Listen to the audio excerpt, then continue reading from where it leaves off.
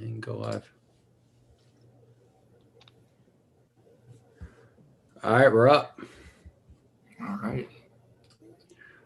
What is going on, everybody? And welcome to the first live stream of your favorite sports TikTokers. I hope they're your favorite sports TikTokers because they're mine. So we got Extra Points, aka Gage, and then we got Football Fan Zone, aka Luke, and then me, Jake Maltese 3, which I mean is pretty self-explanatory what my name is. So what's going on, guys? Great to have you guys here. I don't know, crazy shit going on in sports right now. First off, I just want to talk about my comments. Obviously, I'm a Seahawks fan. My comments have been blowing up recently because everybody thinks that Russell Wilson is going to be traded, even though we get these rumors literally every offseason. So I just want to get your guys' opinions on that. So what do you guys think? You guys think he's going to be traded? Gage, you go first. All right. No, I don't think. As much as as a Saints fan, as much as I'd like to have him, he's definitely not coming to us because we don't have any cap space to begin with.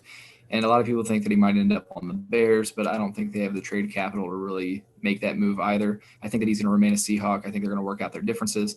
I think Pete Carroll's going to, keep the upper hand in the long run. But no, I don't see him going anywhere. Yeah, absolutely not.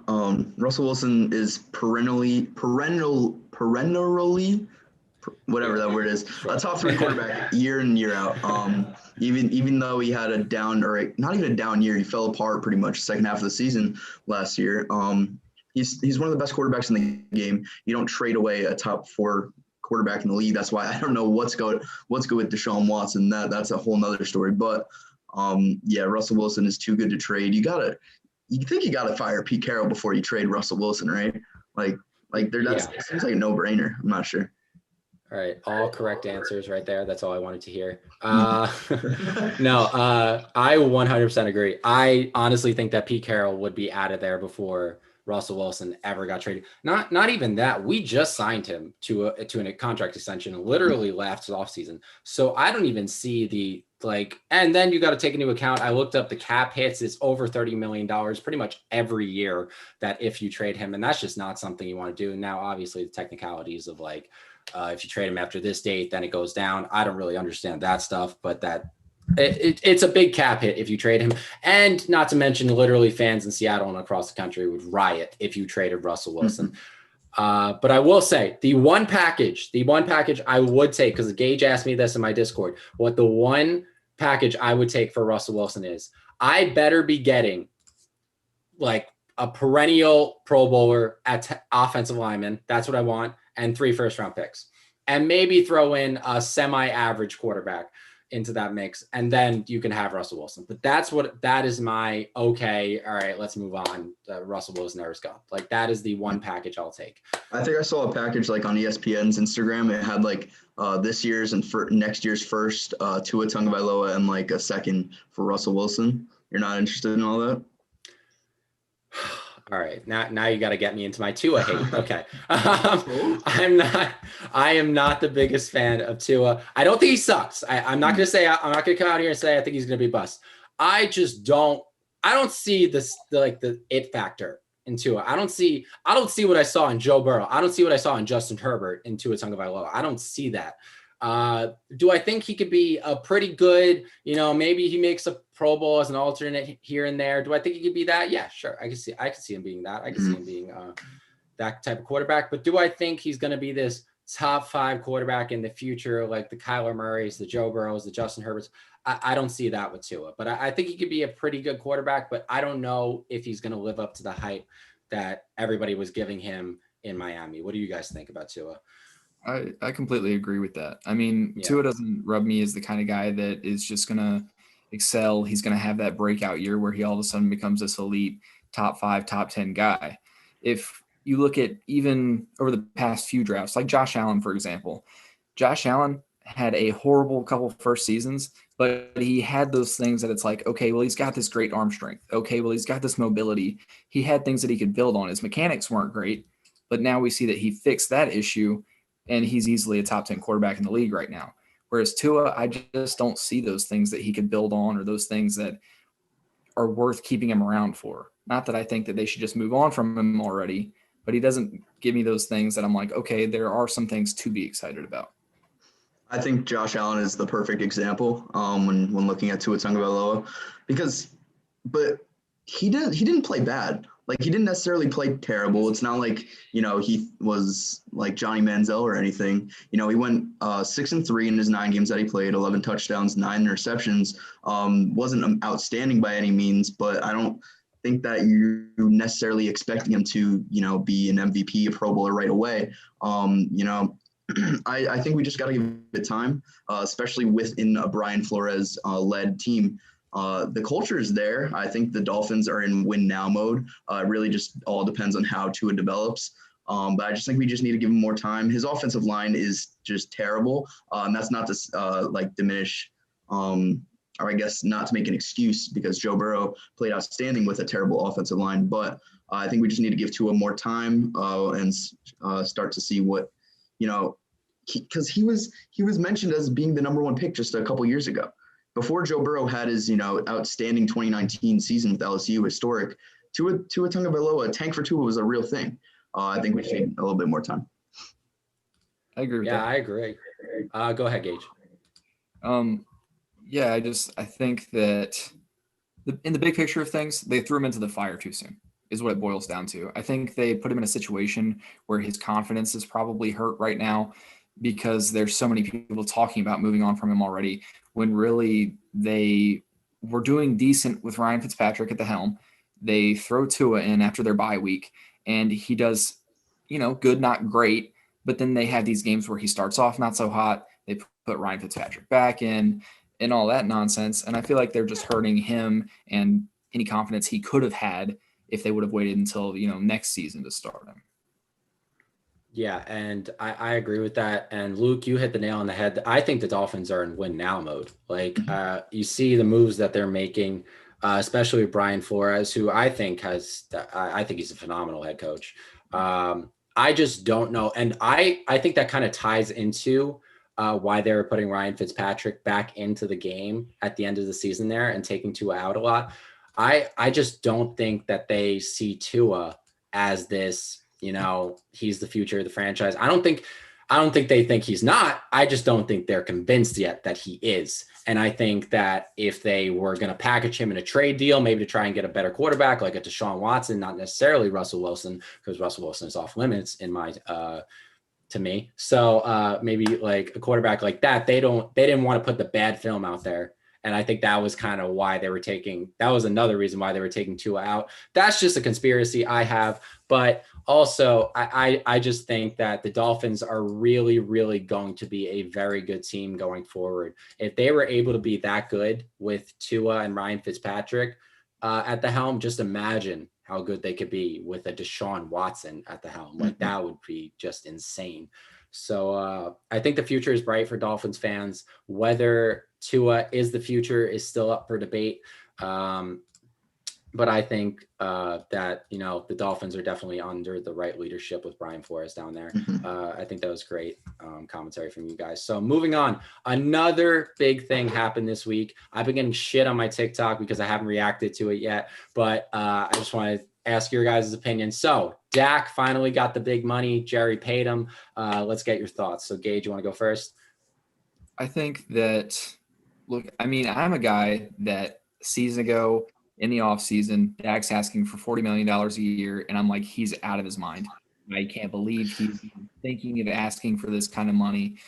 But now at this point, after the start that he had to the season prior to the injury and the situation that the Cowboys are in, where if they add to this defense, they could be serious contenders. They've got all the pieces. They look really good on paper. Dak played very, very well. I don't think there's anywhere else they could have put their money that I would be as confident in. So I love it. I think that they needed to sign him, and I think that they've got their franchise guy. I don't necessarily think he plays up to a $40 million quarterback, but that being said, he was going to get the money regardless, just because that's where the quarterback market is heading. You see Patrick Mahomes getting $45 million a year, Deshaun Watson getting close to $40 million a year. So he was obviously going to get that. And when you have guys like Jared Goff making, $34 million a year, he was going to get more than him regardless. But I think it was the right move. And especially when you look at the deal, I actually did a breakdown about this, I think yesterday. It's actually like a 6-year deal, but the last 2 years are voided. So it's really like a 4-year deal. Dak got the money that he wanted. He got the exact number, actually, $40 million a year. And now when his contract ends, which should be in 2025, I believe, that's when the new TV deals kick in for the NFL. So Jerry Jones is kind of a mastermind because now you're going to get all this new inflood of money coming from all these, different TV stations, and you're going to have the money to, pay him again when the quarterback market rises, because it's just going to keep on rising up. So I think it was a smart deal. You weren't going to get better than Dak Prescott. So I like it. I like it a lot. Yeah, I'm really kind of glad that, everybody out there is like, Dak doesn't deserve this. Like, there are a lot of people that are like, Dak doesn't deserve this money. Listen, there are a lot of quarterbacks that don't deserve to be paid as much as they are. This is just how the quarterback market works in the NFL, okay? Look at Jared Goff. Jared Goff was the highest paid quarterback in the NFL at one point. We now obviously know that was a mistake, but that's just how it works. So it's next guy up. Now, I am glad that Dak Prescott is not currently the highest paid quarterback in the NFL, because he's not to that talent. But I just want to know, because as you said, Luke, like the TV deals, and obviously it's going to generate a huge influx of money. Jerry Jones is not stupid in any way, shape, or form when it comes to financials. Obviously, he wanted to draft Johnny Manziel over Zach Martin, so we're not going to get into player-wise. But that's going to generate a huge influx of money. And when that happens, do you guys think Dak has hit his peak, or do you guys think he still has a little more to go where he could possibly ask for highest paid quarterback in the NFL money when that point comes in the future? Well, I think just from the way that he played this season, I think he's heading that direction. I think he was on pace to break the all-time passing record or in a season, Peyton Manning's in 2013. I think he's definitely playing up to that. And if you look at the team around him, although his offensive line isn't as good as it was in maybe like 2016, still has a solid offensive line. The receivers are there. You got Amari Cooper, CeeDee Lamb, and I'm blanking on the other guy's name. Michael Gallup. Yeah, Michael Gallup. Got to get rid of Zeke. I think you got to get rid of Zeke. Being paid way too much money to just fumble balls like 3 times in a game. But yeah, I think Dak could get there, the top 5 range, give or take. Yeah, and I completely agree with that. I think that Dak is on his way to being something really special for Dallas. They've got all the pieces around him to make him great. And the pace that he was on at the beginning of last season, obviously something like that isn't really maintainable in the long run. We've seen guys have really great starts to the season, like not to bash your Seahawks or anything like that, but of course Russell Wilson had a really great start to the season as well. And then we saw that kind of drop off as time went on as well. Now that has a lot to do with the way the offense was run, but despite all of that, it's just not maintainable. I don't know that he would have broken the records and things like that, but he's got the pieces around him to be great. And like you said about Zeke, Luke, I cannot agree more. I've been saying it forever. Offload the contract, please. With the O-line that they have, when healthy, Tony Pollard could do just as well, if not better. And they could pay some guys on defense. They could be a great team. Yeah, absolutely. Just what was it? The year before they drafted Zeke, they had Darren McFadden run for 1,000 yards. Like this is the type of offensive line you're talking about. Zeke, yeah, he had a great rookie year. He had a pretty good years after that. I don't think Zeke is what he was his rookie year. Like I didn't see that same talent. He's still good. Like he's still a good back that you want to have, but I just don't get it. I don't get it with paying running backs. I love Chris Carson. All right. He was a beast. I understood why we let him go. I'm not mad. I'm like, yeah, don't pay him. Okay. You can get a freaking running back we got him in the 7th round of the draft, and he was a damn near Pro Bowler. Like running backs, I completely understand the running back market now. Now, do I think there's certain running backs that you should pay, like Derrick Henry? Yes. Okay. I understand that. Christian McCaffrey. Yes. Okay. I understand that. Those are special cases. Alvin Kamara, even down in New Orleans. Like I would understand that. Dalvin's going to be coming up, I believe, in a few years, maybe even this offseason. I'm not sure when his contract is up. So that'll be an interesting situation. But yeah, just with running backs in general, I never really understood it because it's just, I don't know. It's not that important of a position anymore, especially when you build an O-line like Dallas. Now, it's not the same as what it was during Zeke's rookie year, but it's still a really, really good O-line. And when you build that, any decent running back is going to get you 1,000 yards. So yeah, I completely agree with getting rid of the contract. And Dak was obviously, I mean, it was the classic case of he was on a shitty team, so just chuck it 50 times a game and see what happens. That's why, I mean, Russell Wilson, that situation was the offense was so basic that we were picking people apart with. It shocked me more that it took so long for people to like start getting like understanding what we were doing, because it was pound the ball and then deep pass to DK, like play action. That was it. That was our entire offense, and it worked for the first half of the season. I have no idea why it worked. But then Brian Schottenheimer is not known for being innovative, so now we got a guy that was under Sean McVay, and hope to dear God that he's better with the offense. But yeah, Dak, listen, he's good. I don't know if he'll ever be in that top 5 discussion, but I know Dallas has a good quarterback going forward, and they should be pretty happy about that. So what else do you guys want to touch on? You guys got any other ideas? Just building on the running back thing, that's like Aaron Jones with the Packers. Everybody's like, why aren't they paying him? Why didn't they franchise tag him? Well, because he's not really worth the money. Like, he's a great running back. I believe that. But with a guy like A.J. Dillon behind him, why not just build on that young guy that you don't have to pay as much, that's going to do just as well behind that great offensive line? Like, here's where I stand on that. I wanted the Packers to franchise tag him so bad. Aaron Jones, one of my favorite players.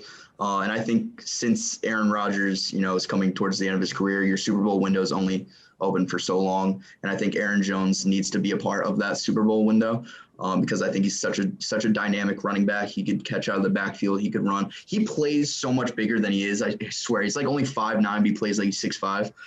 But I wanted them to franchise tag him because he's going to make 15 mil, probably upwards of 14 mil, definitely on the open market, maybe from like the Dolphins or someone. If you franchise tag him, that's only $8 million this year. And then next year, let him go. You could give the reins to a guy like A.J. Dillon. But I don't know. It's going to be hard losing Aaron Jones as a Packers fan because I just love him so much. But yeah, I think he definitely deserves the money that he's going to get, though. Yeah, where do you think he's going to go? Because all my signs right now are pointing to Aaron Jones to Miami. I think that is like It makes too much sense at this point. It does. And they just released Kyle Van Noy, and I think that's kind of going into the Aaron Jones money thing. But yeah, running backs as a whole is a touchy subject with some fans. They get too attached. Mm-hmm. And especially that running back room with the Packers, that was just – they packed the Packers packed the running back room. That's what they did. And Jamal Williams, are you guys going to be keeping him around, or is he gone? I think he's gone as well. Any team that picks him up, he's not like going to be 1,000-yard runner or anything, but just the energy that he brings to your team is just ridiculous. Easily a fan favorite, but now he's probably gone too. Yeah. Unless they want to run him and A.J. Dillon, but I don't think that would work. I think you need more of the power back, elusive back sort of deal with him and Aaron Jones. Yeah. I just want to talk about A.J. Dillon's that one game. I think it was in the snow, that one game that he had that he just killed people. I thought they were playing the Titans. I thought there were 2 Derrick Henrys on the field that day. I was like, holy shit.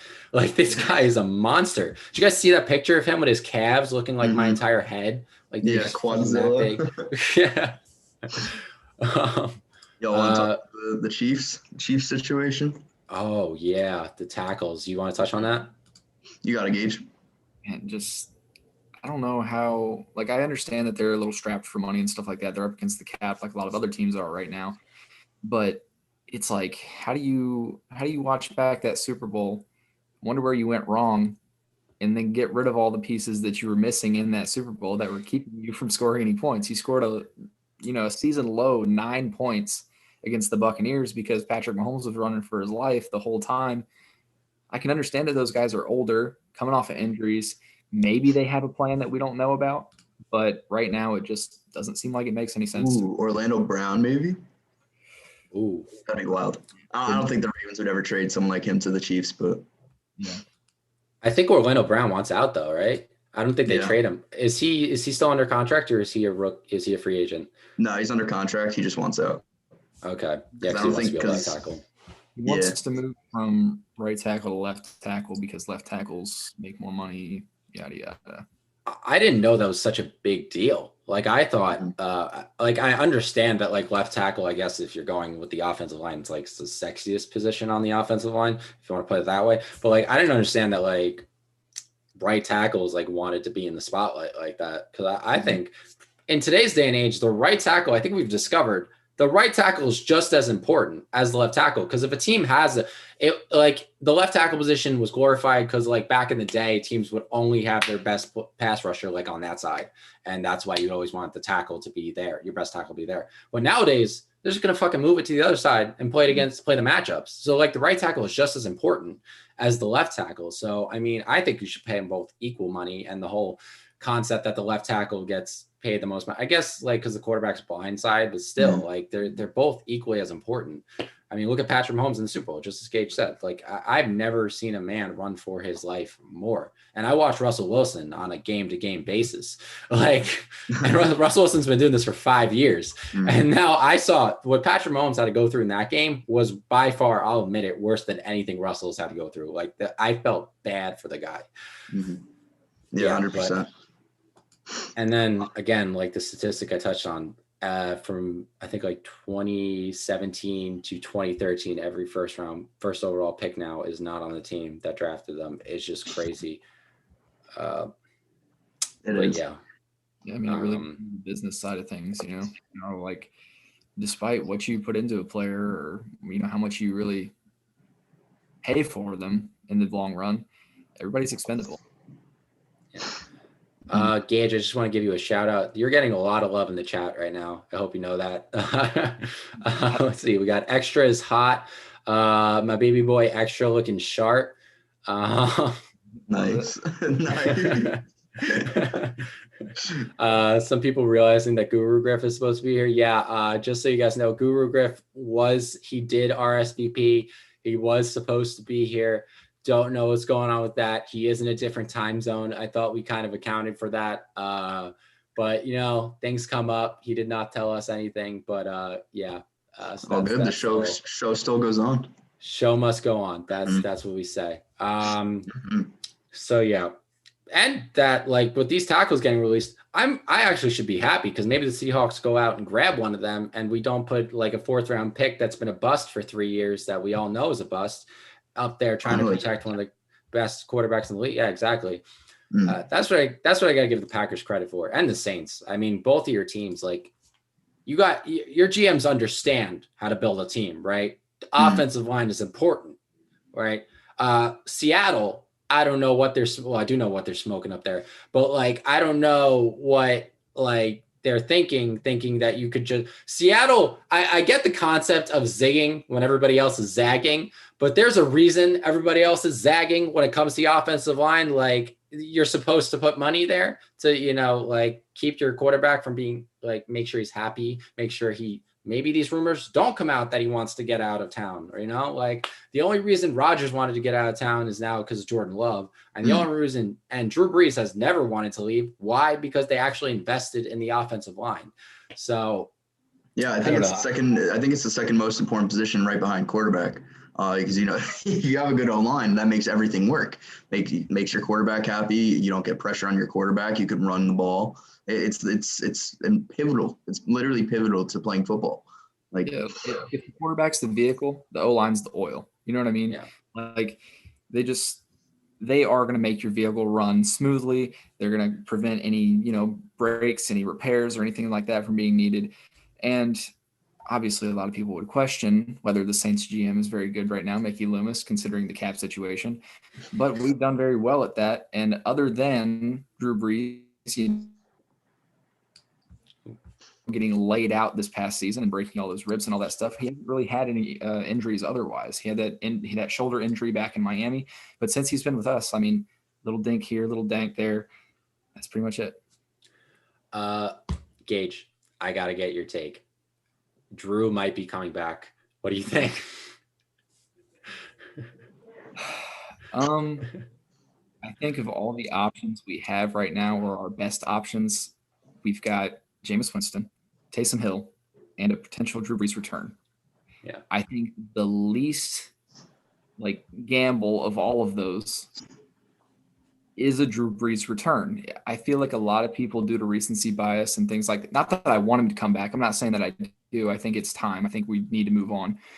But I feel like due to recency bias and the 3 interceptions in the playoffs and all that stuff and not being able to throw deep has really made people think that he's less of a quarterback than he is. But prior to him getting injured and breaking all those ribs, he was 3rd in passer rating behind Aaron Rodgers and Patrick Mahomes. So it's like the guy's still got some talent. He's not completely washed, but I do think it's time to move on. And I think that Jameis Winston's going to end up being that guy. Obviously, he has his upside, but there's really low floor that we've seen too. About 30 downsides you should worry about. Yeah, exactly. So I think we're going to end up maintaining Jameis and Taysom and just kind of let them duke it out for the starting spot. But I don't know, man. I could not tell you how hyped I was when Jameis Winston came into the playoff game and threw that touchdown. Oh my God, they should have let him play the rest of the game. Like that's what my impression was. But yeah, going off kind of what you said, if I'm a Saints fan, I wouldn't want Drew Brees back. I've saw enough already. And even after his injury, who's to say that an injury isn't going to happen again next year? I mean, he's 43, right? 43 going 44 around there. Yeah, who's to say that's not going to happen again, because it very well could. But I think if you're going to bring back a guy like Drew Brees, I don't see any downside, or let me rephrase that. Is Jameis Winston, like, starting him for the season any worse than what you'd get out of Drew Brees coming back? And I just don't think so. And if you were to bring a guy like Drew Brees back, he'd probably be more expensive than Jameis anyways. I wouldn't want Drew Brees back. I think we've seen the last ride for him. So yeah. I don't think he's coming back. I feel like a lot of people are kind of getting that impression because of the workout video that came out and all that. I think that he's a healthy guy, that he likes to work out, but I don't think that he's preparing for anything. I mean, he's already restructured his contract to take the veterans minimum, and I think that he did that solely to help out the cap situation. I think he's going to retire. Yeah. So with the whole Drew Brees thing, I kind of agree with Luke on this one. Like, I don't know if like what you're getting out of Drew Brees is going to be any worse than what you get out of James. Honestly, I think now Drew Brees definitely has something left in the tank. He's one of the best quarterbacks. Look, I love Drew Brees. He was fun to watch. I grew up watching him. Like, he is an awesome quarterback, one of my favorite quarterbacks ever to watch. So this is not in any way pointed at, like, meant to be any hate towards him, because I love him. But like, can we get a stat on how many balls he threw 20 yards or more last year? Because it was nothing. And that is like Sean Payton's bread and butter. Like, Sean Payton is probably the best, like, as good as Andy Reid, and, Kyle Shanahan and Sean McVay are. Sean Payton is probably is the best offensive mind in football. Like, I would make that legitimate argument. Like, he is so good. He's been doing it forever. He's been 5 steps ahead of everybody on the offensive side of the ball forever. And I don't know, like, if we saw Drew Brees go somewhere else, which I don't know if we would ever see Drew Brees go somewhere else, that would be an interesting argument to make. Like, would Drew Brees maybe like take a Philip Rivers year and just, go somewhere just for the hell of it? Maybe. Oh, I don't even know if Bill Belichick was. Bill Belichick got Cam Newton. So Cam Newton. I was like, I don't know. Wait, okay, he already got damaged goods. Yeah, that would be an interesting take. But yeah, Jameis, I just think Sean Payton is like frothing at the mouth, waiting for a quarterback that he could finally like unleash his plays that are supposed to go more than 20 yards downfield. It's like that Jameis play. That one play that Jameis came in, what was that, like a 60-yard bomb? Mm-hmm. He knew he couldn't do that with Drew. I mean, maybe Drew like gives it everything he had and he could go that far, but I don't think Drew Brees is the same deep ball thrower. And I think Sean Payton is wanting somebody, potentially Taysom Hill. I think it's a legitimate argument that Sean Payton wants Taysom to be the starting quarterback, especially with how much money they paid him. I know a lot of people want Jameis, but I think it is a legitimate argument to think like that maybe Taysom Hill ends up being the starting quarterback for the New Orleans Saints.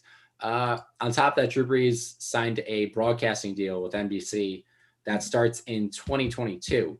So this would have to be his last year. I don't know. I just think it's kind of weird for like quarterbacks to get like standing ovations on the last game and then come back and then like, all right, so we thought this was your send off and now we're like, all right, you overstayed. Yeah, Brett Favre did that a couple times. Yeah, exactly. Yeah. Didn't he show up to training camp and was like, no, I want to play again? Yeah, literally. But yeah, I want to get your guys' take on this. I can't express how much I dislike, not as like a person or a player, but like actually, yeah, as a player. I don't like Taysom Hill. I don't like Taysom Hill at all. And as good as like a mastermind Sean Payton is like offensively, I hate that this is a trend in the NFL where you bring in a quarterback for one trick play, a little option where he just like hands it off. I hate it. They do the same thing in Philly, or they did last year with Jalen Hurts. And they do the same thing in Indianapolis with Jacoby Brissett. I don't think it's a good, like, I just don't know. I think it's pointless, to be honest, especially if you don't have what am I trying to say here? I don't like Taysom Hill. I'm gonna let Gage go. I think in a lot of situations I agree with you. Like they tried to do the same thing. The Ravens tried to do the same thing when they first drafted Lamar Jackson. Like they would bring him in for trick plays and stuff in Joe Flacco's place because obviously Joe Flacco can't do those kinds of things. And then they try to do the same kind of thing elsewhere, like you mentioned in Philly. I think that in our case, and I'm trying to be as unbiased as possible, obviously I watch all the games and everything, I think in our case is one of the few cases where it's actually worth it, where we actually, he comes in for those plays and they work. It has been a big part of our offense because Drew isn't able to throw deep, because Drew isn't very mobile and things like that. And in that way, it's opened up our offense where a deep ball couldn't from Drew Brees. So him not being able to throw deep, bring in Taysom Hill and let's switch it up to kind of trick the offense or the defense in that way is just the way I look at it. I like Taysom Hill. I like him as a person, but as far as him becoming our starting quarterback, I don't know how likely that is. There's some upside to it. He won 3 out of 4 starts while Drew was out, obviously losing to the Eagles. He didn't play horrible. He had a pretty decent completion percentage. We saw him throw some deep balls, which was exciting as a Saints fan who hasn't seen that in a very long time. But I just don't know that he'll win the starting job over Jameis. But we are already paying Taysom, and Jameis doesn't have a contract yet. So it's going to be interesting to see how everything progresses. Yeah. That's actually a good kind of perspective change because maybe it is like maybe just because Drew Brees can't throw deep, maybe that is opening the offense for Taysom Hill to kind of get in there. And then to address Luke's kind of point about the quarterbacks doing this, I don't know. I mean, I can't really talk for anybody because Seattle's been running this prehistoric offense for the last 5 years, so we don't really get a lot of innovation like this. But I mean, it was. I'll give you this. It was fun. Like when it first started out, like holy shit, this guy like can do anything. He got listed as a tight end for God's sake on ESPN Fantasy. Like people were using him in that. Like shit was crazy. I don't know if any team. I think the most I hate is that teams are trying to emulate it when you can't emulate everything Sean Payton does. Like Sean Payton is so far and above some offensive minds in the NFL. Like if you're not going to do it and use it to the advantage that he can, then don't even try it. Like the shit he does with Taysom Hill is next level. And then like what the Colts are doing with Jacoby Brissett, I didn't see a lot of it, but I can't imagine that it was like crazy stuff. And then in Baltimore, they were even doing it with Lamar Jackson and RG3 a little bit down there. But yeah, I'm not thrilled about it. I will give you that. But it is fun to watch every now and again, like Taysom Hill come into the game and be like, all right, what's he going to do now? I think we kind of lost that aspect of it, though, with how much he's in the game. There's not that like, oh, wild card factor. It's more like, oh, shit, what's like he's just become another receiver. Like that's basically what Taysom Hill is. But yeah, it's kind of interesting to see where the game is going, especially like this is the same argument people were having about the Wildcat when that was first initiated. Like it's another thing that it's another wild card into the game that you got to plan for. And it's not as easy to guard as the Wildcat, but I mean, it's kind of fun to watch, but I'm not the biggest proponent of it, I guess is my take on it. Go ahead. I will say the thing that bothers me the most about like bringing Taysom in or something like that is when like the QB1, like Drew Brees will line up at receiver, or like Joe Flacco would line up at receiver. It's like, you're not running a fucking route, dude. Like, we know you're not about to get out there and run a route. Just go to the sideline and put somebody else in. Yeah, I'm just not a fan of it. I think I don't know if it was in the playoff game. There was some Saints game that I watched this year. It must have been on primetime, where Taysom Hill came in and literally just fumbled. And I called it. I was on live stream. I called it, and he just fumbled immediately. First play he came in. And that's probably why I don't like it. I didn't like it from there on out. But yeah, then just seeing it with Jalen Hurts this year and Carson Wentz, it's not something that I'd like to see, especially well, now that running quarterbacks are becoming more popular in today's game. You see Jalen Hurts, Lamar Jackson, a bunch of these guys. I guess it's more innovative that they have like the read option where they can just run it. And that's what Taysom Hill does a lot of the time. But I don't know. I just keep your quarterback out there. I guess I'm a simple guy. Don't have Aaron Rodgers. Oh, sorry. Oh my God. If I saw Jordan Love come in and play this season, I would have died. I would have lost my mind. Oh. What do you guys all right, question for you guys. What position do you think your team is going to draft, and what player do you think, or do you want your team to draft, and what player do you think your team's actually going to draft? All right. I'll go first on this one. Seattle always trades out of the first round. I don't even think we have a first round pick this year because the Jamal Adams trade. But positions, I don't know, because we had a running back and then we went with Rashad Penny in the first round. It's always a wild card to see who the Seahawks draft. If it's an offensive lineman, they're going to be a bust. You can pretty much write that one down in scripture. If it's anywhere near the first rounds, I literally have no idea. I hope it's an offensive lineman. If it's not, I hope we go defensive end, pass rusher. We just released Carlos Dunlap, and he was a big addition for us midway through the season. He was our best pass rusher. So I'm hoping we could re-sign him for a little bit less money. I think that's kind of why they did it. They released him because his contract was kind of too much. But yeah, in terms of where Seattle could go, it's always a shot in the dark. I don't know. I never know what they're thinking, but I'm hoping offensive line or defensive end. That would be my best case scenario. As far as the Saints go, I mean, it depends on who all we're going to release to kind of fix this cap situation. But our biggest positions of need right now are definitely quarterback. But I think that we either go Jameis or Taysom with that. So I don't think we're going to draft a guy. I've seen some mock drafts have us taking Mac Jones, which I don't really know how I feel about that of all the quarterbacks that are out there. But and then we need a corner and we need a linebacker. I think that corner is definitely going to be a bigger position of need after releasing Janoris Jenkins. And then as far as the linebacker, we drafted Zach Bond and got him for kind of a steal last season. So I don't think we're as worried about that. As far as who will take at corner that low, I don't really know, but I'd imagine that's probably where we'll go. Yeah, to go kind of off what you guys said, I think for the Seahawks, I think they got to draft O-line. And it's such a deep O-line draft too. It's a great tackle draft. And as for the Saints, I think losing Trey Hendrickson is probably going to be a big loss. He's definitely not coming back. I think you got to go look edge there, or maybe look for another linebacker to sort of get the wheels turning on replacing Demario Davis at some point. For the Packers, I'm looking at three positions, big positions of need. Wide receiver, I will pray. I doubt that ever happens, but wide receiver needs to be drafted this year. I cannot believe they went the whole last year's draft without drafting a single wide receiver. Mind blowing. That, and then you need a cornerback too. I can't be watching Kevin King get burnt again in the NFC Championship game. That's off the table. But as for who I think, actually, let me surprise you guys.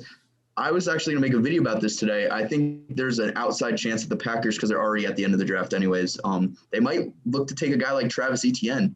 I think Matt LaFleur is the type of coach that needs to run the ball everywhere he's been. He's coached in Tennessee when they had Deion Lewis and Derrick Henry, and he coached in Atlanta when they had Devontae Freeman and Tevin Coleman. He always has a two running back sort of set. I think you have the guy right now in A.J. Dillon. You need to start sort of get like a speed guy back there. But I think outside a chance at like a Travis Etienne maybe. But I'm just getting ready to be disappointed again, whoever they draft. So it's usually how it goes. Yeah, with the Packers, like you said, it's one of the deepest offensive tackles drafts out there. And if the Seahawks don't go in that direction, I'm going to be crushed. Last year was the deepest wide receiver draft I've ever seen in my lifetime, and the Packers didn't even take any wide receiver whatsoever. So like them, the Seahawks, listen, I wouldn't be surprised if we just went the entire draft without drafting a line. Maybe in like the 6th round, they'll take somebody and they won't even end up being anything. That's kind of usually how it goes. But yeah, I think the Packers need to go wide receiver. I mean, I don't know if you think Anthony Lazard and Marquez Valdez-Scantling are going to be anything special. To me, they're wide receiver 3s, and they're very good wide receiver 3s. I don't think they're a wide receiver 2, especially with how much progressed Devontae did this year. Devontae is carrying the weight of wide receiver 1 and 2. Yeah. So, I mean, he's a beast. But yeah, I mean, if they go running back, that'd be kind of crazy. Travis Etienne ran the 40. He was pretty good there. So that'd be kind of wild. I just want to get your guys' take on, we mentioned Jalen Hurts before. Do you guys think he is the quarterback of the future in Philly? I do. I really wanted Jalen Hurts to be on the Packers last year. I wanted him to be the guy that the Packers drafted. Didn't expect Jordan Love, but that's besides the point. I like Jalen Hurts. I think he offers a lot to the team, especially the biggest thing is leadership, I think, at the quarterback position. Obviously ability, but if you're not a leader, you're not going to be on a winning team. And I think Jalen Hurts has that. I think he has the whole locker room by his side right now. I think what happened last year was pretty shitty, especially with Doug Peterson on the last game to just pull him out.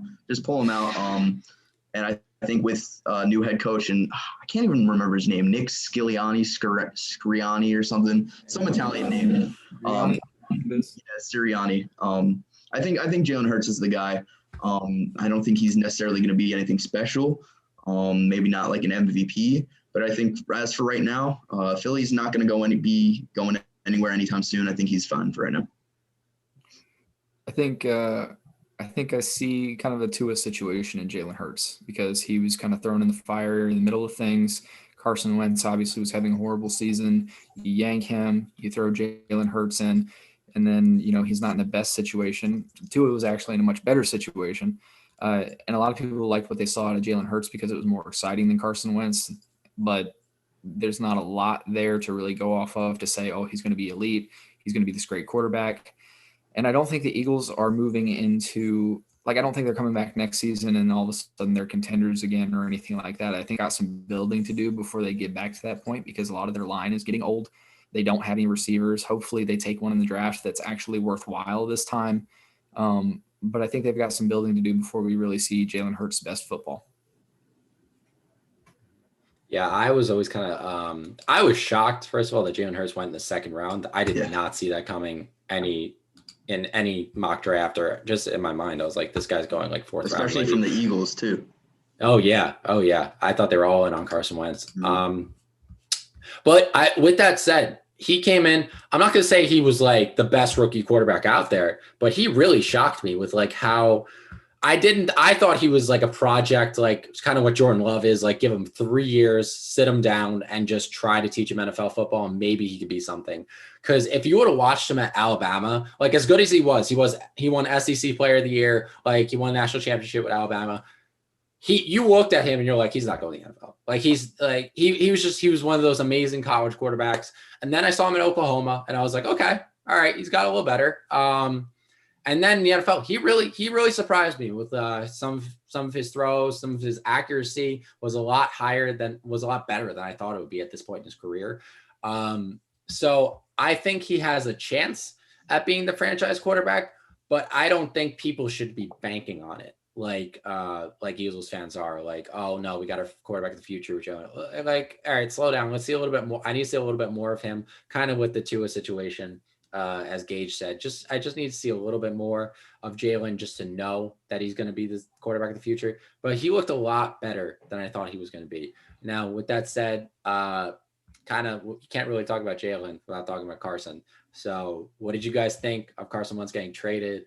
And like, what do you think going forward with the Colts and projecting how the Colts are going to be in 2021? You can go ahead, Luke.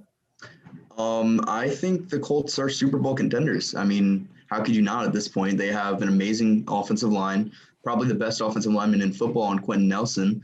Jonathan Taylor, Nyheim Hines are such a dynamic backfield. And then defensively, they had a top 5 unit last year. And these are sort of all things that Carson Wentz has never had. I mean, he had a good defense while he was there. But offensive line, he never really had, although he had players there like Lane Johnson. Definitely didn't have a dynamic backfield. I think they're Super Bowl contenders. I think Carson Wentz is definitely an upgrade over Phillip Rivers, although he played well last year. And he's reuniting with Frank Reich when he had his best season in Philly. His MVP year, he would have won MVP if he didn't break his leg or torn ACL, something like that. Yeah, I think the Colts are as good as ever. I'm buying into their stock right now. I loved what Chris Ballard has been doing. So I think they're going to be contenders. I'm probably going to win the AFC South. Yeah, I really couldn't agree more. I mean, everything you said, especially the reunion with Frank Reich, I think is going to be the biggest thing. And I actually posted a TikTok earlier talking about some of the quarterbacks that have the most to prove this coming season. And Carson Wentz was one of them. And I think that he's capable of doing so, but this season is really going to tell us whether or not he's capable of continuing to be a starting quarterback in this league. Because, yeah, he threw 19 interceptions. He didn't do very well, but he was in a horrible situation. And this season, reuniting with a guy that put him in the best position he was ever in as a Philadelphia Eagle in Frank Reich is going to show us whether or not his down play was really situational. Because, he threw 19 interceptions, but Drew Brees threw 19 interceptions back in the day. Not saying he's going to come out and be Drew Brees-esque, but there's been guys, Hall of Fame guys, that have thrown a lot of interceptions. I mean, Peyton Manning did the same kind of thing. I think that he can bounce back. Yeah, Hall of Fame guys that threw a lot of interceptions. Yeah, Peyton Manning, early in his career. I mean, Jameis Winston, obviously, on Tampa Bay Buccaneers. Just a lot of real good talent that's I'm kidding. But yeah, I think Carson, this is his year. I was a big Carson Wentz apologist because the talent that Carson Wentz has, you can't argue it. Like, the guy can launch a ball 80 yards down the field. He can escape the pocket as good as anybody in the league. Like, he's just so good of a talent. And it just looked like he just forgot how to play football this year. And again, I give credit to the offensive line was a mess. The team as a whole was a mess. A bunch of injuries, probably the worst injury situation in all the NFL. But just the Carson Wentz I saw last year was not that upside Carson Wentz that I'm used to seeing. I just couldn't, halfway through the year last year, I couldn't defend him anymore. I was just like, all right, I don't know what's going on with him. But this is going to be the tell. I mean, he's back with the offensive coordinator in Frank Reich that led him to – he was going to be the MVP of the NFL that year if he had stayed healthy. That's pretty unanimous. And so he's back with him. He's got the best offensive line in the NFL. He's got a great team around him, up-and-coming rookies and Jonathan Taylor and Michael Pittman, who I think are going to be really, really good players. And then T.Y. Hilton, maybe he has a bounce back year. He was a little disappointing last year. And then that defense is really, really underrated. DeForest Buckner just lit everybody up this year. He was amazing this year. Probably the best defensive tackle in the league other than Aaron Donald this year. I would argue that. And I just think the Colts, if I was a Colts fan, I would be really, really excited going into this year. Do I think Carson Wentz is going to be the best quarterback in the NFL this year? No. I think it's going to be somewhere in the middle. But if he was going to prove to us that he can get back to those top 5 quarterback aspirations that we all had for him after that 2017 season, it's going to be this year. And he's in the best situation to do it. So that's kind of my take on that going forward. Yeah, I'll always – not always, but I will defend Carson Wentz because of what he was dealing with last year. Literally every single player on his offensive line got hurt. Every single one. Travis Fulgham was his best receiver. Jalen Reagor couldn't catch a ball. I don't know why they drafted him. They literally drafted a punt return in the first round. Just the stuff that he was dealing with and everything with Doug Peterson. it just wasn't meant to work out for Carson Wentz, especially when Nick Foles is the one that won him the Super Bowl. You have that whole controversy of who they should have kept, Carson Wentz, Nick Foles. I think that was still in his mind. But yeah, I think Carson Wentz, I don't know if this is a hot take or not, but he reminds me a lot of Deshaun Watson, the way he plays, or maybe Deshaun Watson reminds me of him, because they can both do the same thing. They both have tremendous arm strength, and they both can just escape the pocket with just magical ease. I think they're both very similar players, but one of them, had DeAndre Hopkins. Really, it was just the difference. But I'm very excited to see the Colts this year, definitely. Yeah, I mean, that wide receiver situation with the Eagles does not get talked about enough. When they drafted Jalen Reagor, I literally went, I think the NFL, like when the NFL draft commentators are shocked at a pick, like then oh, that's probably not great, because they're supposed to act like every pick is good. And then like when Jalen Reagor was selected, I literally went, I follow college football as closely as anybody. I heard Jalen Reagor, I was literally like, who? Like, who is this guy? And then he did not prove to be anything, like much of anything. Maybe he could be better in the future. I say shit about that, and Eagles fans tear me up on TikTok if I ever mention that Jalen Reagor sucks. But I mean, with Greg Ward Jr. who was a college quarterback, and then you had Travis Fulgham, who I don't know. He came out and was like a freaking Pro Bowler. I don't know where this guy came from. Detroit Lions practice squad. But yeah, that was another thing and then Alshon Jeffrey it's never been the same with him. I don't know what happened with him. Deshaun Jackson getting hurt early in the year, never playing. Just everything in Philly was just did not fall the right way for him. So I do sympathize with that and understand that he definitely was not put in the best situation. And especially when the reports came out that him and Doug Peterson weren't even talking for like half of the season. Just not a good luck for that team. Hopefully, I mean, best case scenario, the Eagles go on to be successful with Jalen Hurts. The Colts go on to be successful with Carson Wentz. We'll see what happens. But yeah, not the best situation with Carson. I wish him luck. I don't know if he's ever going to get back to that form, but yeah, he does remind me of Deshaun Watson a little bit with how he plays. They definitely play similar styles.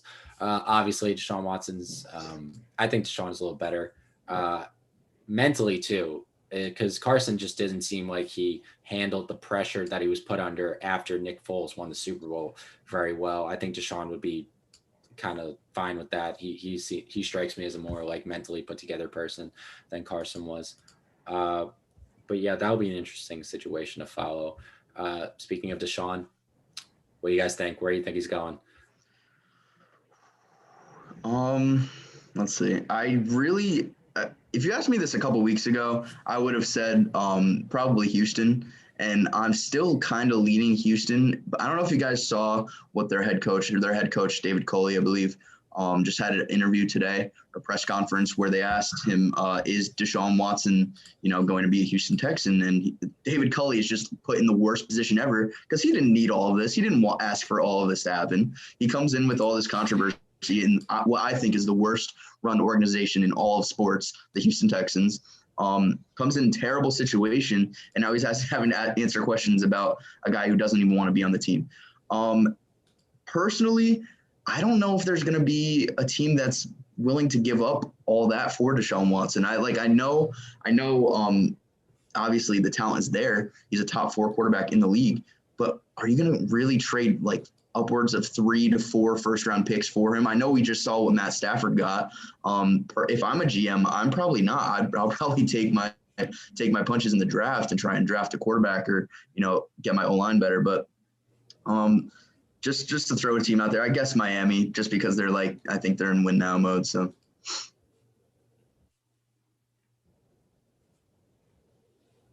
Yeah, I think that, if there's a team out there that's going to throw the kitchen sink at a quarterback, it's going to be the Chicago Bears, because they've been talking about it already. They've been trying to clear some cap, and I think that they're willing to do that because they are in a situation where they lose job wise, GM wise. I think off the staff.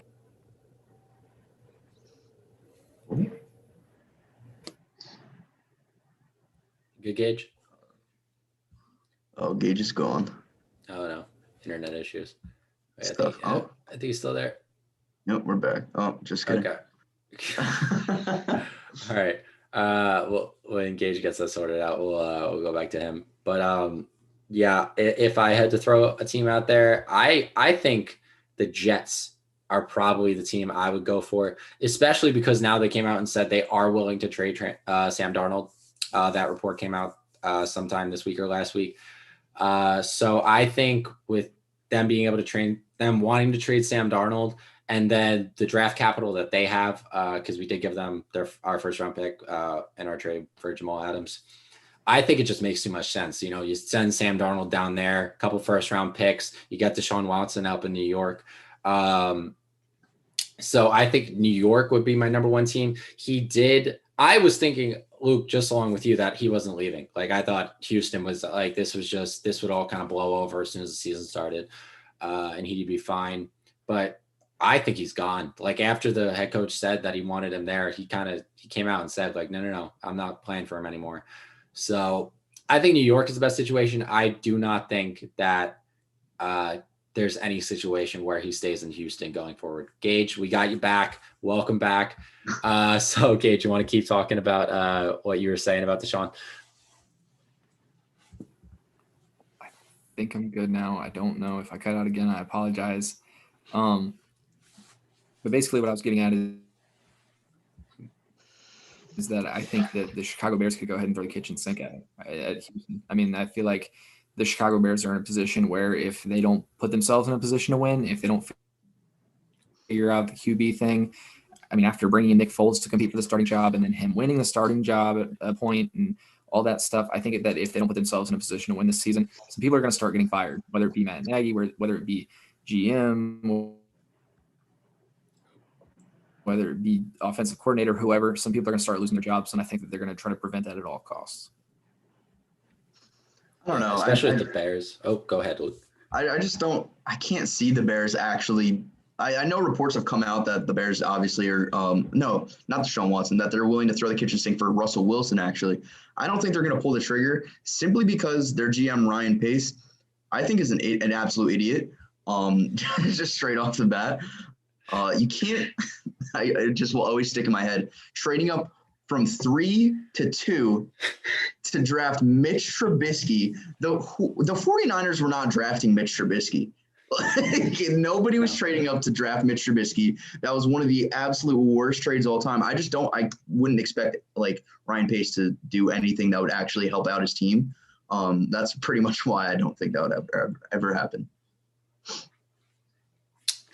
Yeah, that whole draft was kind of crazy because I think people came out and said that like the 49ers put enough put a convincing smoke screen out there that it was possible that they would take Trubisky.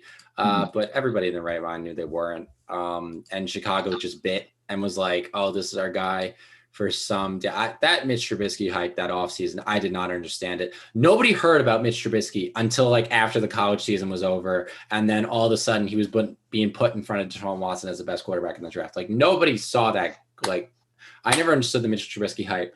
Still don't. Whatever, but yeah, that was crazy. And then to go off of that, Solomon Thomas isn't the best either. We haven't seen what Solomon Thomas was supposed to be either. So both those teams kind of fucked up there. I think the 49ers, that first round was terrible. Who else? They got Reuben Foster and Solomon Thomas in that first round? I think so. Yeah, so none of those, like Solomon Thomas is like a backup. He's like a situational pass rusher, and then Reuben Foster isn't even on the team anymore. But yeah, I never understood Mitch Trubisky. Ryan Pace does not have the best grades in my book after that. That was just a mess. Now with that being said though, if I was a Bears fan, I would be pissed. I would be like headhunting right now for Ryan Pace if he doesn't get Deshaun Watson. Because again, Russell Wilson, in my eyes, he's off the table. Like he's not getting traded. That's just how I'm seeing it. If he does, I'll be in hibernation for 2 years. Won't be watching football for maybe a year. We'll see what happens. But I think if I'm a Bears fan, if Ryan Pace doesn't throw absolutely everything at Deshaun Watson, because you already passed up on him once. You already passed up on him once. Now this is a once-in-a-lifetime scenario where a franchise quarterback who everybody knows is already a top 5 quarterback in the NFL, is going to be one of the best quarterbacks in the NFL going forward. One of the once-in-a-million chances that quarterback is now on the market again. Like, if Ryan Pace doesn't go after him with everything he's got, like, I know they want to go after Russell Wilson. I don't think Russell Wilson is doable. Deshaun Watson is 100% doable, especially if you give the Houston Texans Mitchell Trubisky too. Then you're at least getting a decent quarterback. I think that Ryan Pace is going to have a hard time keeping his job in Chicago if he doesn't get one like Deshaun Watson on his team or Russell Wilson, but that's not even a situation that's playing out in my head right now. So I'm going to ignore that one. But yeah, I think a lot of good insight there. You sort of get Mitch Trubisky vibes out of Zach Wilson. Okay. Yes. Go ahead, Gage. Oh, freeze up.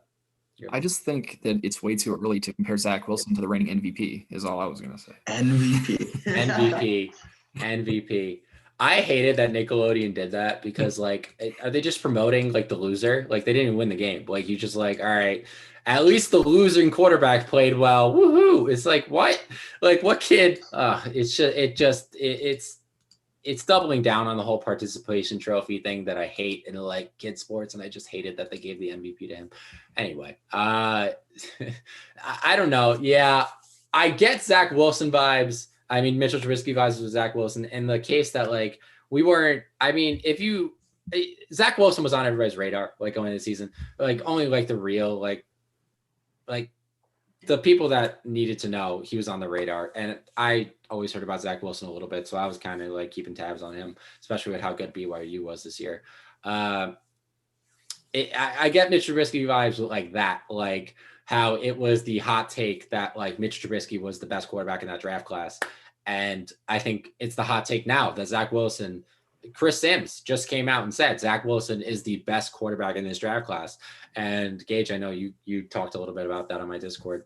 But here, let me put this up. Actually, I got it ready because I do want to talk about that. If you guys saw that, hold on. I'm figuring out the Zoom thing. I got it.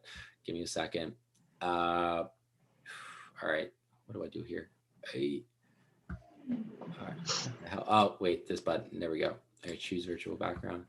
All right, you guys can talk while I figure this out about Zach Wilson and where you think he's going to go.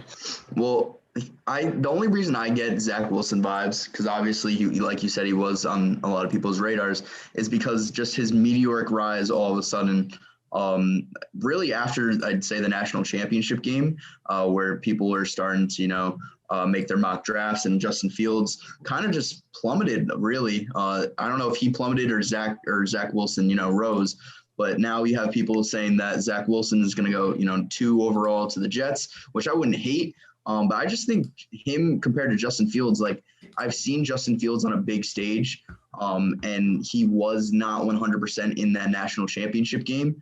I think I've seen enough from Justin Fields to whereas I could say, I think he's going to be a good, NFL starter, and he has a ton of potential. I'm not sure if I really saw that with Zach Wilson, although he did have a great season with BYU. That's absurd. That's just absurd. Here's the thing. All right. I love Chris Sims. I watch his podcast pretty much every time it comes out.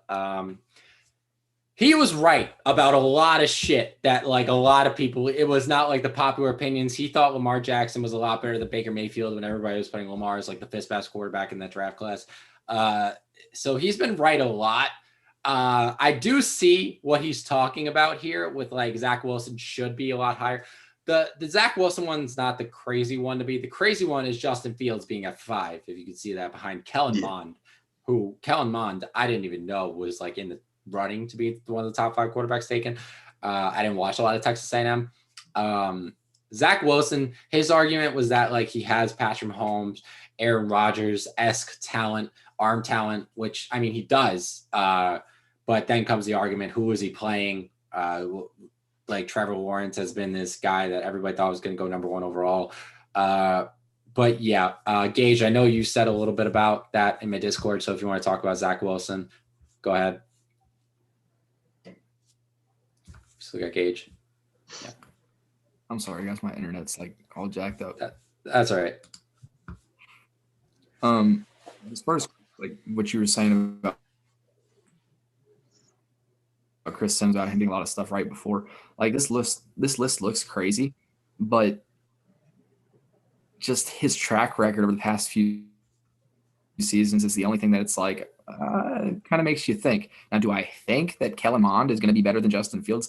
Absolutely fucking not. But just based on what Chris Sims has done in his projections, things like that, it at least makes you think about it. It's like if he out and like this is right too, and then Josh Allen, and then he gets this right too, I'm coming to Chris Sims for all of my QB rankings in the draft every single year. Do you guys think that there's any chance that Trey Lance falls? Because I've been making a couple mocks and like just looking at some of the other team needs, I'm sure someone will end up trading up to go grab him. But like I had him falling, I think in my latest mock draft to Washington. I think that would be actually a really good spot for him. Because he kind of reminds me, like he doesn't necessarily remind me of Lamar Jackson because I just don't think he's elusive or as fast. But he kind of reminds me of like a little bit of Cam Newton, not as like obviously big, but he reminds me a little bit more of Cam Newton than Lamar Jackson. And I think that a guy like Ron Rivera could easily just work him into the offense like that. What do you guys think? What do you guys think about Trey Lance? So my view of Trey Lance, I think there's a very good chance that he falls, especially because the whole college season thing, he only played one game, which sucks for him. I mean, that's totally out of his control. But I don't know. I don't think this should hurt him. But the whole Carson Wentz situation, I don't think is helping him, especially with Carson Wentz getting like cut out of Philly, because they'll always be connected since they're both like the only notable quarterbacks other than like Easton Stick, who I think is on the Chargers still, to come out of North Dakota State. But Trey Lance, like I've watched his film, guy can fucking play. Like he can play. And he I think he's a beast. I think if whatever team he falls to is going to be very lucky. Now, obviously, they're going to have a project ahead of them. I don't think he's ready to go right away.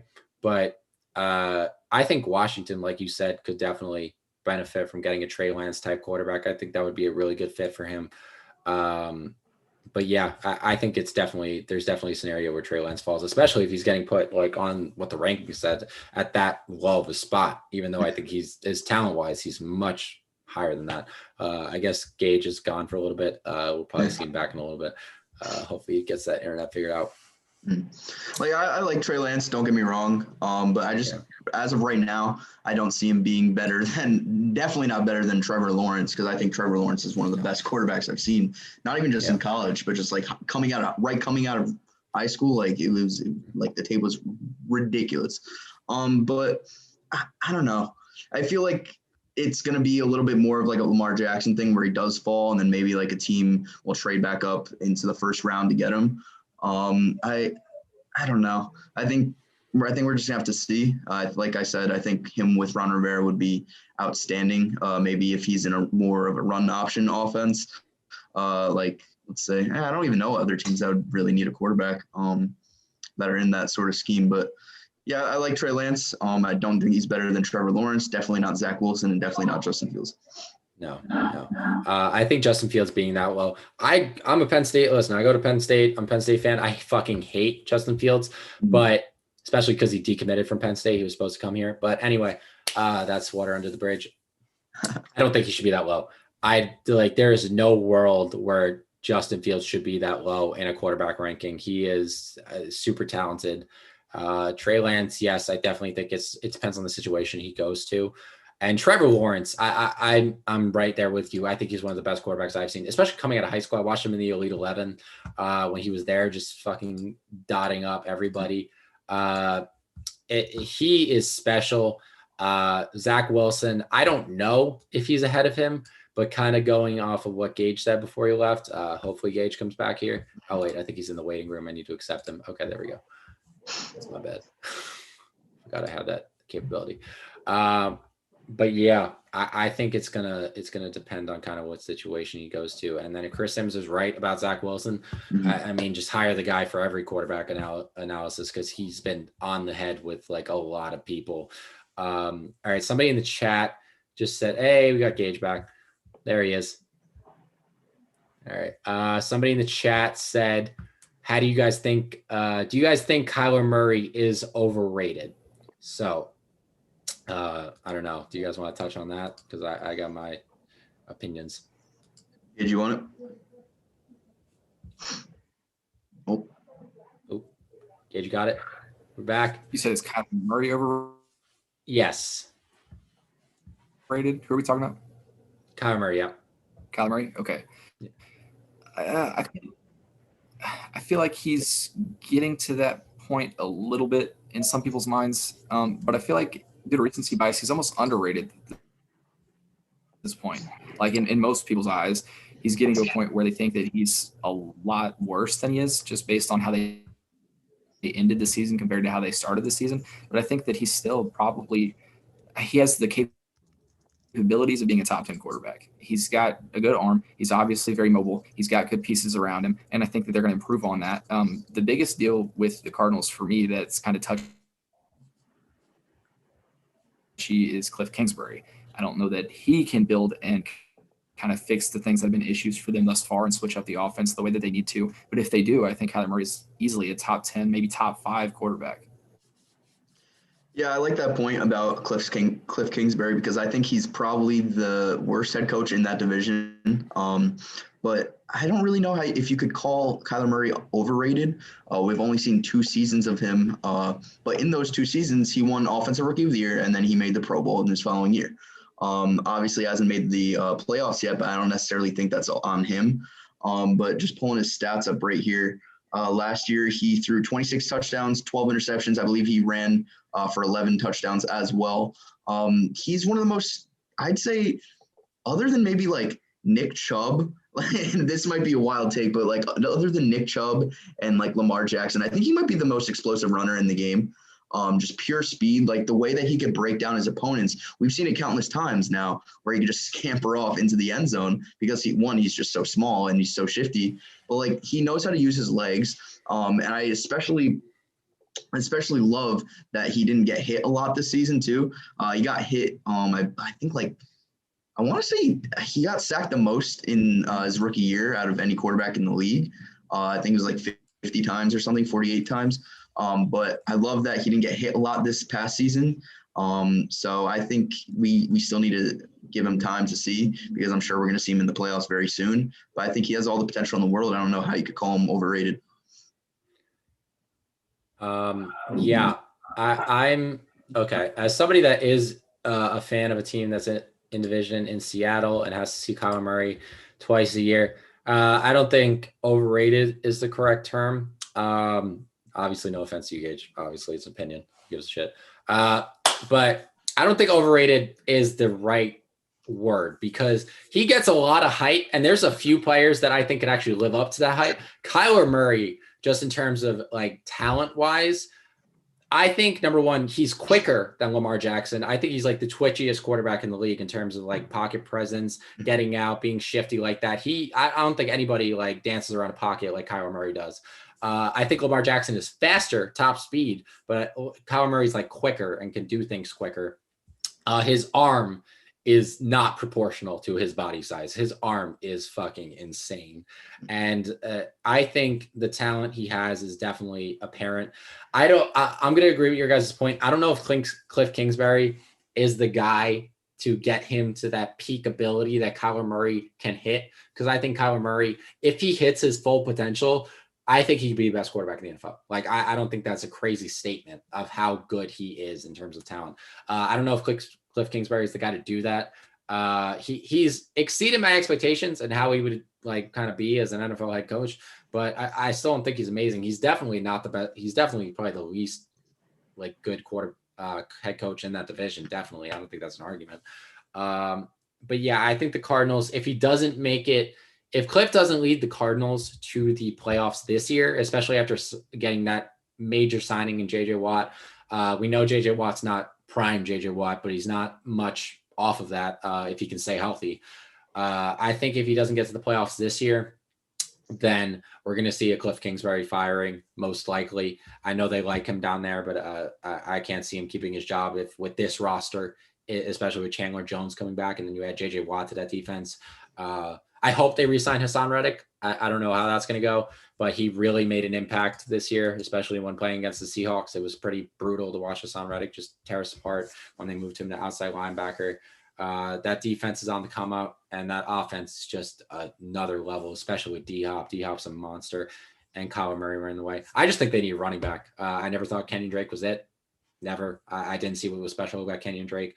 ESPN, when we were drafting fantasy, ESPN had him as going as like a second round running back, which I thought was insane. I never thought Kenyon Drake was special.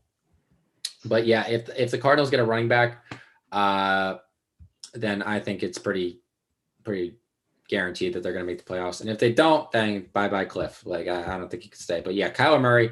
Summary: Kyler Murray. I don't think he is overrated. Yeah. So JJ Watt signing was so weird. It was so out of left field. It really was. I never saw that coming. I never did. No. All right, we got another comment in the chat. Yeah, it's literally the same day. Go ahead, Gage. You can go. Sorry. But literally that same day we were talking about it in the group chat or whatever. Luke brought up that it was like between the Bills, the Browns, and the Packers or something like that. As far as who JJ Watt was choosing between, and then he comes completely left field, literally with just a couple hours later in time for the Cardinals. It was wild. Yeah, DeAndre Hopkins is one hell of a recruiter. I mean, he really is.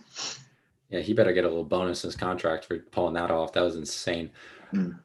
And I think his argument was that I mean, the text got leaked that he texted Kyler, I chose them because of you, make me proud or something along those lines. Is he saying Josh Allen or Aaron Rodgers isn't that type of quarterback? Are we just going to act like these are scrubs that are leading these teams? Like Josh Allen was in the AFC Championship, Aaron Rodgers in the NFC Championship, and then you're going to get you're going to go to a team with a guy that hasn't even been to the playoffs. I understand that Kyler Murray's, again, super talented, but he's the least proven of those guys. So if that's what's convinced him, that I don't understand it. That was completely just, I thought for sure it was going to be the Bills. I just thought it made too much sense. Way too much sense. And then if not that, I thought it was going to be Steelers. I mean, the chance to reunite was his two brothers. I thought would be pretty intriguing to him. But yeah, that was crazy. I did not. And the fact that he's in the NFC West now, and if Jesus Christ, somebody help Russell Wilson, I'm going to cry if I got to watch him just get sacked 5 times a game again. But yeah, we got to moving on. We got a comment in chat. What is your guys' opinions on this year's free agency? Also, what is one player you want your team to sign in free agency? I think that it's not the best free agent class by any means. It's definitely not like previous years. And a lot of the top guys have already been re-signed. I think Dak was easily the best free agent, and he just re-signed with the Cowboys. There are not a lot of big names that hit free agency. I mean, Allen Robinson just got franchise tagged. But, yeah, if I'm the Packers and I'm looking in this free agent class, you got to get a wide receiver, I think. You got to look at wide receiver. Curtis Samuel is literally everything that the Packers need and more. They have not had a slot guy since Randall Cobb. It's been 3 years now. They have not had a slot guy. I think Curtis Samuel could come in. He's a speedster. He could catch. Yeah, I think he's probably a perfect fit. As far as the Saints go, I mean, there's nobody, because we can't afford literally anybody. We're getting rid of everybody as is. We can't sign anybody. If there was a splash that we could make that was possible, that, I feel is somewhat, I don't know, maybe make a grab at Patrick Peterson or something like that, because he's kind of getting up there in age. I feel he wouldn't be too expensive, and he's talked about heading out anyway. So I don't know. I like that. Yeah, I do like that. Yeah, Seattle. Again, offensive line help. Brandon Scherf is a free agent right now. Coming out of Washington. I think he is my main target right now. Brandon Scherf would be a really good signing. Other than that, just literally any Pro Bowl offensive line and like anything like that. Orlando Brown would be amazing. That would be the best case scenario. Would be Brandon Scherff or Orlando Brown. Those two are the kind of guys that I'm keeping up with. I'm trying to see where their heads are at. But I know that's not free agent, but that trade wise. But yeah, that would be my pickup that I would want the Seahawks to do. Now, in terms of this year's free agency, again, not the best. Nothing crazy going on here. Besides, I mean, it's not free agency, but if we're just going to talk about off season, free agency wise, JJ Watt was it. That was the guy. That was the big splash in free agency. But off season wise, Deshaun Watson is probably the biggest fish we're gonna see get dealt somewhere. So that would be the one that everybody should keep their eyes on. But yeah, just offensive line help. That's where I think the Seahawks should go.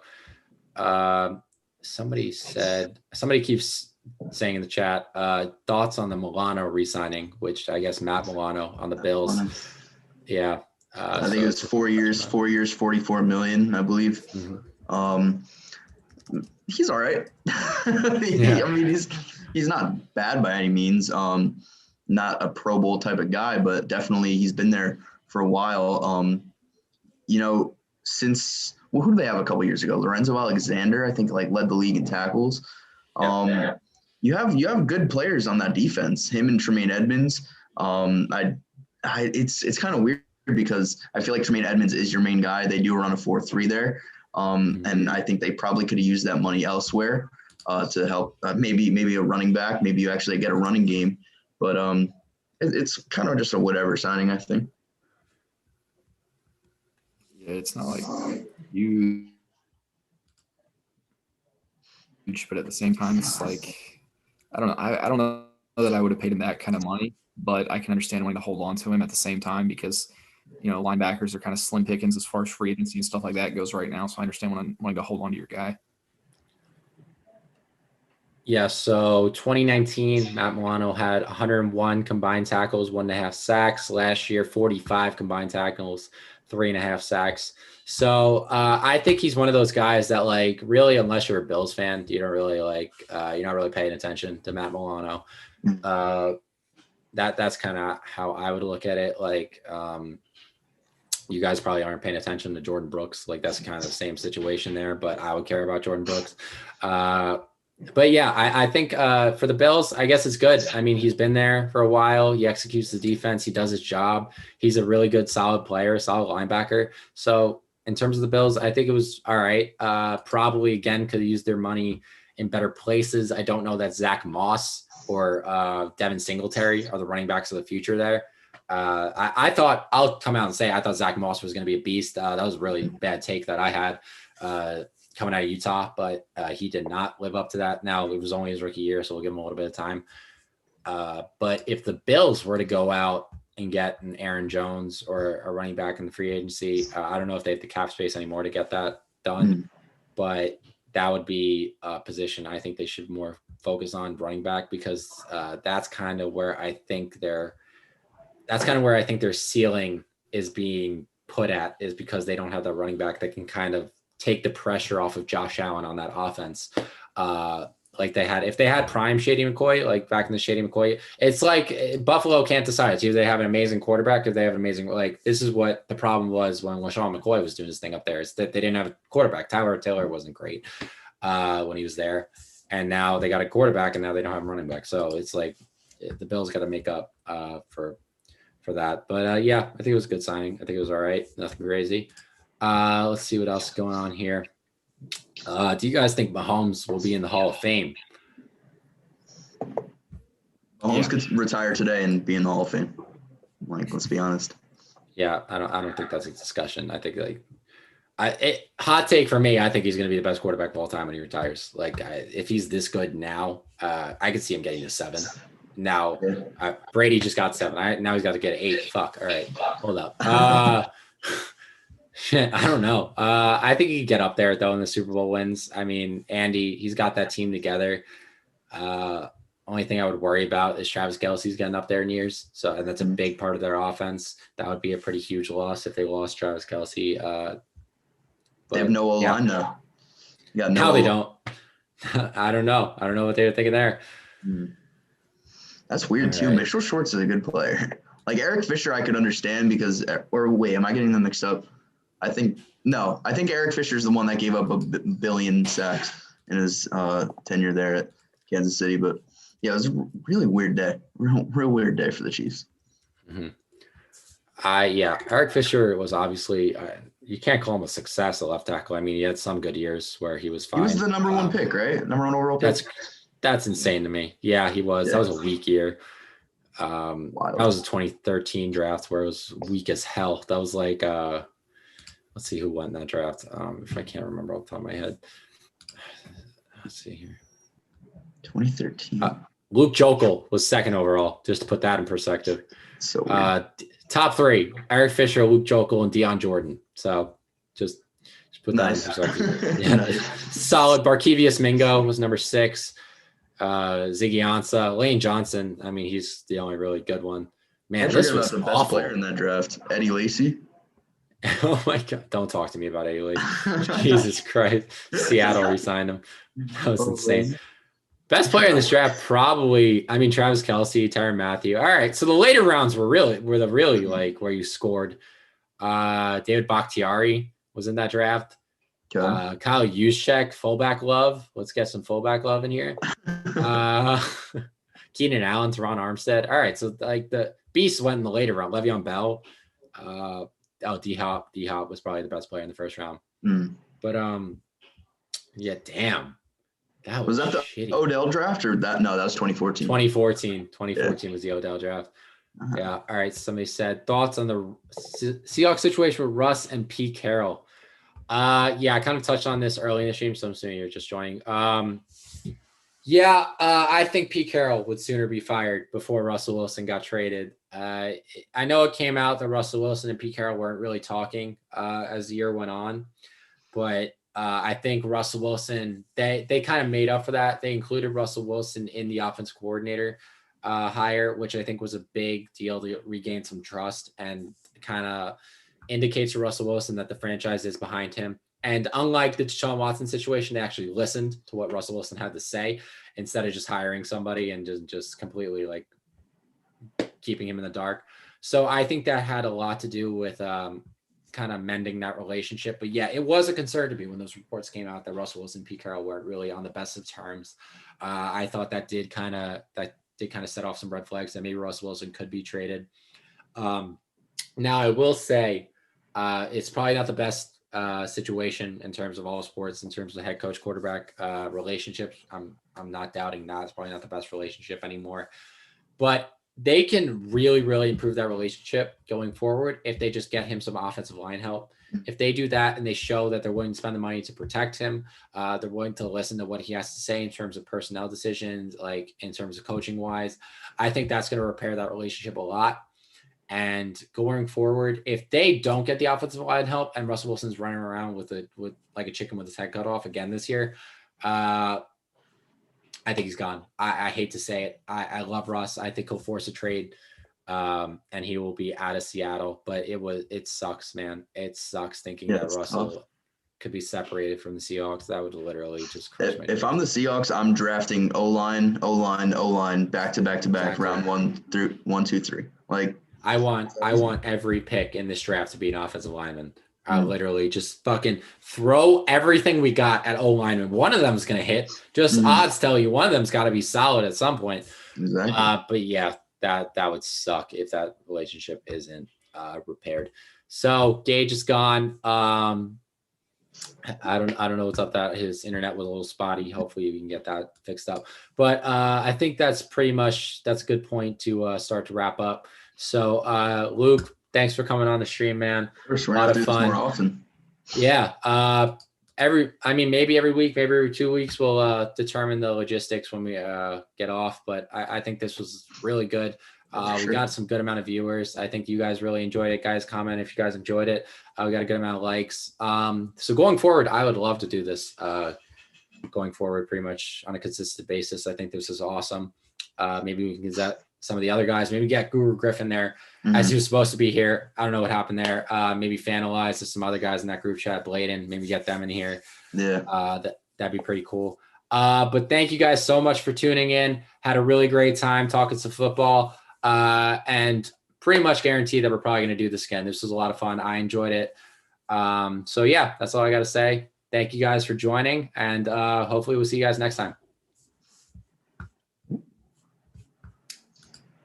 We're good. And yeah, that's it. That was a successful first